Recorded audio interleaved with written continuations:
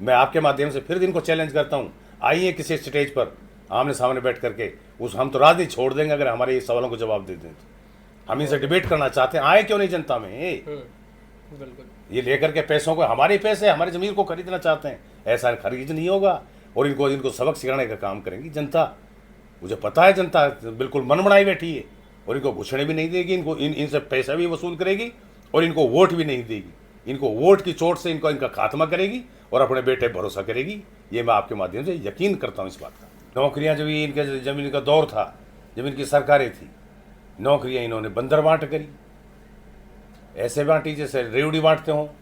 पैसा लिया ठोक करके और बेरोजगार बच्चों को नौकरियां दी, और नौकरी हल्के के लोगों को कम दी, बाहर के लोगों से ज़्यादा पैसा लेकर के उनको बाहर के लोगों को नौकरियां दी। आज हमारे बेरोजगार जो बच्चे हैं, पढ़े लाख होनहार, वो डिग्री लेके बैठे हैं, एवरेज हो गए।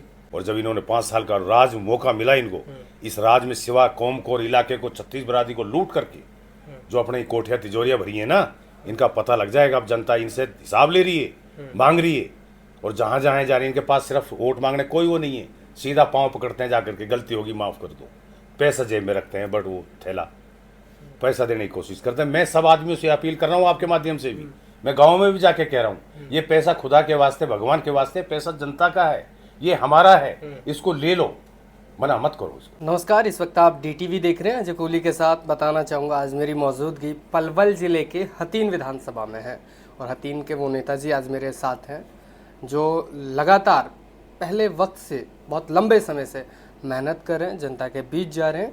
और अब तक कई चुनाव उन्होंने जब लड़े हैं तो हार का तो मुँह देखना पड़ा है, लेकिन उनकी कोशिश हर दिन कुछ नया सीखने की और जनता के साथ मिलने की होती है। आज उनसे बातचीत करेंगे और बातचीत के दौरान ये भी जानेंगे कि अब जब वो जनता के बीच जा रहे हैं, चुनाव का वक्त है, तो किस तरह का प्यार, किस तरह का सम्मान उनको मिल रहा है, क्योंकि नेताजी ने कड़ी मेहनत की है और उस मेहनत को लेकर अभी जब आने वाला वक्त है उसमें क्या देख रहे हैं, किस तरह का फल देख रहे हैं। बहुत बहुत स्वागत है नेताजी आपका। डीटीवी चैनल के लिए हमारी दुआएं हैं, क्योंकि आप समय समय पर इलाके की जो बुनियादी समस्याएं हैं उनको उठाते रहते हो, उसके लिए मैं आपको बधाई देता हूं, आपको मुबारकबाद देता हूं। बहुत बहुत धन्यवाद नेताजी। जानेंगे सबसे पहले कि अब जनता के बीच आप अभी जा रहे हैं, प्रोग्राम लगातार कर रहे हैं, तो किस तरह का समर्थन जनता का मिल रहा है और सबसे अहम क्या सुनने को मिल रहा है? हमारा 30 साल का सफ़र हो गया राजनीतिक में। लोगों की जन समस्याएं हैं, इलाके में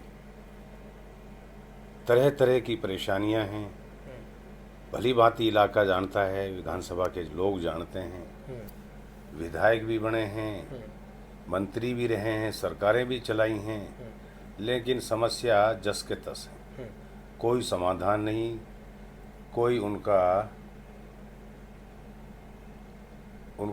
ख़त्म करने का कोई इनका कुछ सोच नहीं, प्लान नहीं।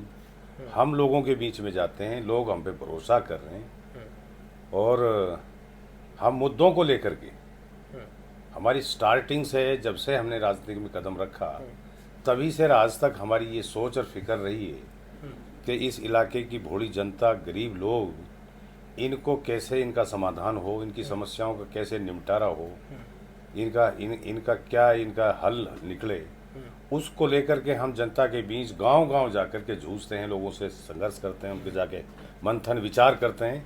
और हमारी कोशिश है कि इंशाअल्लाह अल्लाह ने चाहे तो ये गठबंधन की सरकार हरियाणा प्रदेश के अंदर बनने जा रही है। जब सरकार गठबंधन की बनेगी, चौधरी अभय सिंह चौटाला बहन कुमारी मायावती के आशीर्वाद से मुख्यमंत्री बनेंगे, तो ये इलाके की जो समस्याएं हैं, चाहे एजुकेशन की बात है, चाहे हेल्थ की बात है, चाहे पीने के पानी की वाटर सप्लाई की बात है, चाहे इरिगेशन की बात है, जितने भी डिपार्टमेंट हैं, सारे डिपार्टमेंट्स बड़ी लापरवाही, घोर लापरवाही है, बहुत बड़ा भ्रष्टाचार का एक इन्होंने एक मुहिम बना रखी है। कोई कहने वाला नहीं है, सब इनमें हिस्सेदारी है इनकी, जो नुमाइंदगी कर रहे हैं। इन्होंने कभी इलाके के लिए नहीं सोचा कि इलाके में पीने का पानी मिले।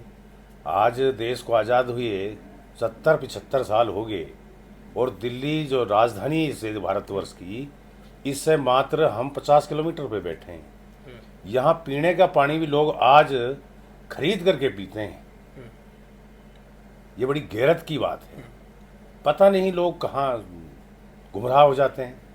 हम तो ये कहते हैं गांव में जाकर के लोगों से कि जो लोग आए उनको बुलाओ, तुम निमंत्रण दो, जो टिकट मांग रहे हैं, जो चुनाव लड़ने की सोच रखते हैं, कि आकर के यहाँ डिबेट कराओ, चैनलों को बुलाओ, मीडिया को बुलाओ और सबकी अलग अलग कुर्सी बिछाओ, इनसे सवाल जवाब करो कि तुम्हें हमने टाइम दिया, तुम्हें हमने वोट दिया, तुम राज में राजकाज के मालिक रहे, तुमने उन दौरान क्या किया, आगे तुम्हारी क्या सोच है। जिनको बरत लिया परख लिया, हम लोगों से यही जाके अपील करते हैं कि जिनको परख लिया, दोबारा समझदार आदमी वही होता है कि दोबारा परख ही ना लगाए।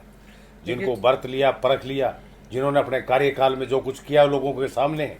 मेरी आदत नहीं है किसी का पर्सनल नाम लेने की, लेकिन मेरी समझ में नहीं आता कि ये लोग कैसे बेवकूफ़ समझ रहे हैं इस इलाके को। ये लोग गरीब तो हैं लेकिन पागल नहीं हैं, बहुत सियाने लोग हैं। आज रोडों पे जाके देखिए कितना बुरा हाल है। हॉस्पिटलों में जाइए, डॉक्टर नहीं है, दवाइयाँ नहीं है। किस तरीके की सरकार है। सबका साथ सबका विकास सरकार नारा देती है। यही कांग्रेस के राज में रहा, यही बीजेपी के राज में है। नौकरियां जब ये इनके जमीन का दौर था, जब इनकी सरकारें थी, नौकरियां इन्होंने बंदर बांट करी, ऐसे बांटी जैसे रेवड़ी बांटते हों। पैसा लिया ठोक करके और बेरोजगार बच्चों को नौकरियां दी, और नौकरी हल्के के लोगों को कम दी, बाहर के लोगों से ज़्यादा पैसा लेकर के उनको बाहर के लोगों को नौकरियां दी। आज हमारे बेरोजगार जो बच्चे हैं, पढ़े लाख होनहार, वो डिग्री लेके बैठे हैं, एवरेज हो गए। तो भाई हमारा तो जाना, जब इलाके में हम लोगों के बीच में जाते हैं, बात करते हैं, तो लोग हमारे ऊपर भरोसा करते हैं। ये बिजली पानी जो रोजमर्रा की समस्याएं हैं, जिनसे जो समस्याएं अभी यहाँ बनी हुई हैं, अगर बात करें हम आपके डिस्ट्रिक्ट की, तो पलवल अपने आप में बहुत डेवलप हो रहा है, दिल्ली के बहुत ही करीब है, दिल्ली की नाक के नीचे रह रहे हैं। लेकिन आखिर जो विधानसभा की बात करें पलवल डिस्ट्रिक्ट की, तो उनमें कहीं अच्छा है, लेकिन हतीन जो है वो सबसे पिछड़ा हुआ है। क्या वजह मान रहे हैं कि यहाँ के जो रहनुमा रहे हैं, जनता ने जिनको चुना है, एक आम नागरिक की तरह हम आपसे ये बात जानना चाह रहे हैं, जिन्होंने चुना है, क्यों वो सोच नहीं रखते हैं, या फिर जनता जो है वो कोई गलती कर रही है? सही बात ये है कि हमारे इलाके के लोग भावुक हैं, और ये उस सारे गुनाहों को, सारी जो आदमी की जो मेंटलिटी है ना, जो जहनियत है, उसको भूल जाते हैं।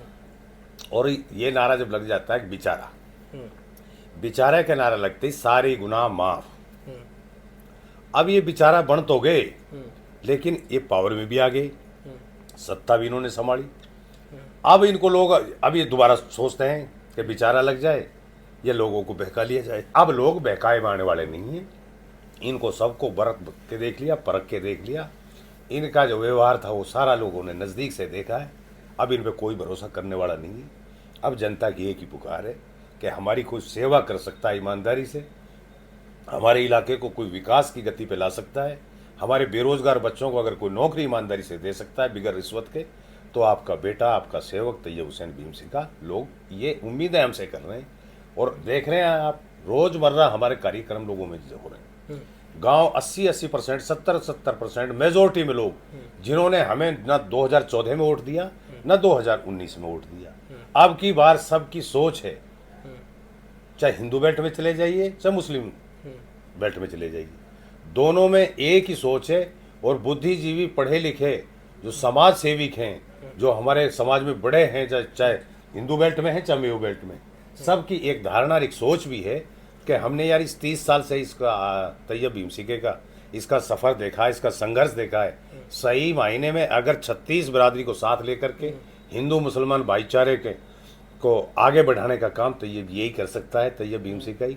लोग हम पे यकीन कर रहे हैं, यकीन कर रहे हैं, लोग समर्थन दे रहे हैं। हमारा चुनाव तो एक तरफा होता जा रहा है, हमारा कोई मुकाबला ही नहीं है गठबंधन का। बीजेपी कांग्रेस वाले आपस में टकराव में हैं। बीजेपी वाले भी ये कहते हैं हमारा तो तैयब भीम सिंह से मुकाबला है, गठबंधन से मुकाबला है।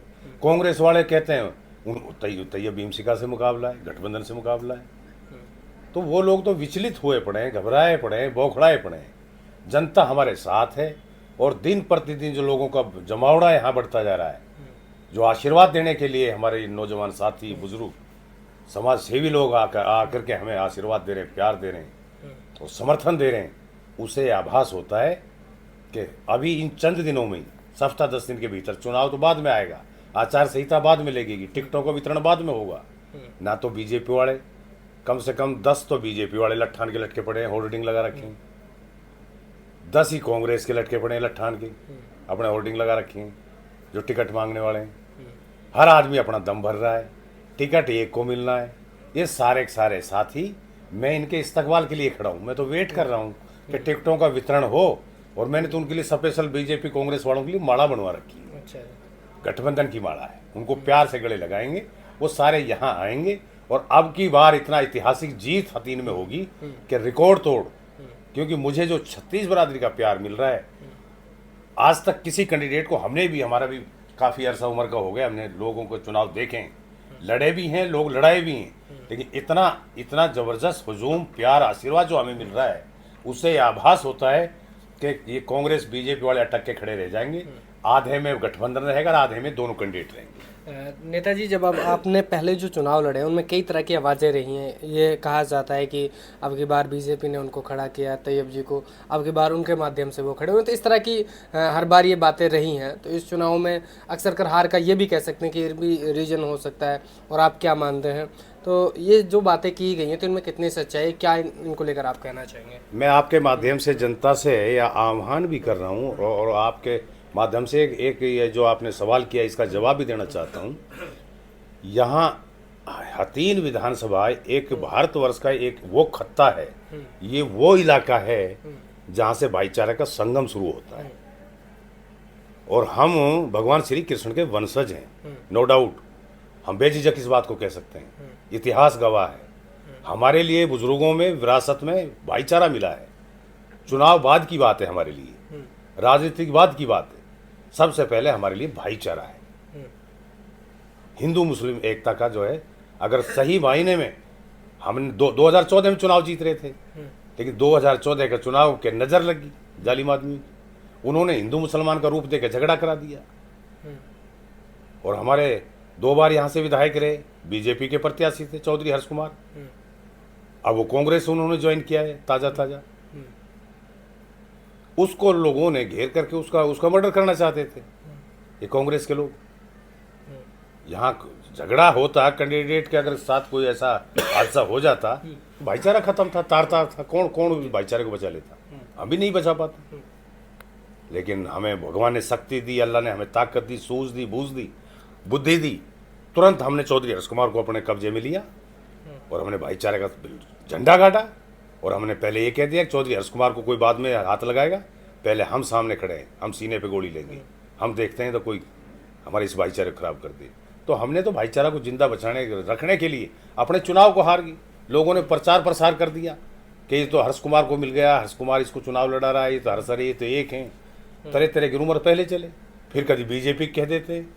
चौधरी जलेब खां मरहूम, अल्लाह उसको जन्नत दे, और मरहूम चौधरी अजमत खान जी, ये दोनों जनाब 2 बार के एमएलए, 3 बार के एमएलए, मंत्री मौके के, ये दोनों इकट्ठे हो जाते हैं चुनाव में। और मैं अकेला, मेरे साथ भोली जनता, मेरे इलाके की नौजवान साथी, बुजुर्गों का आशीर्वाद। जब हमने 31,000 वोट ली, तो भैया वो कौन लड़ा? तो ये चुनाव लड़ा जब तो कोई बात ना है।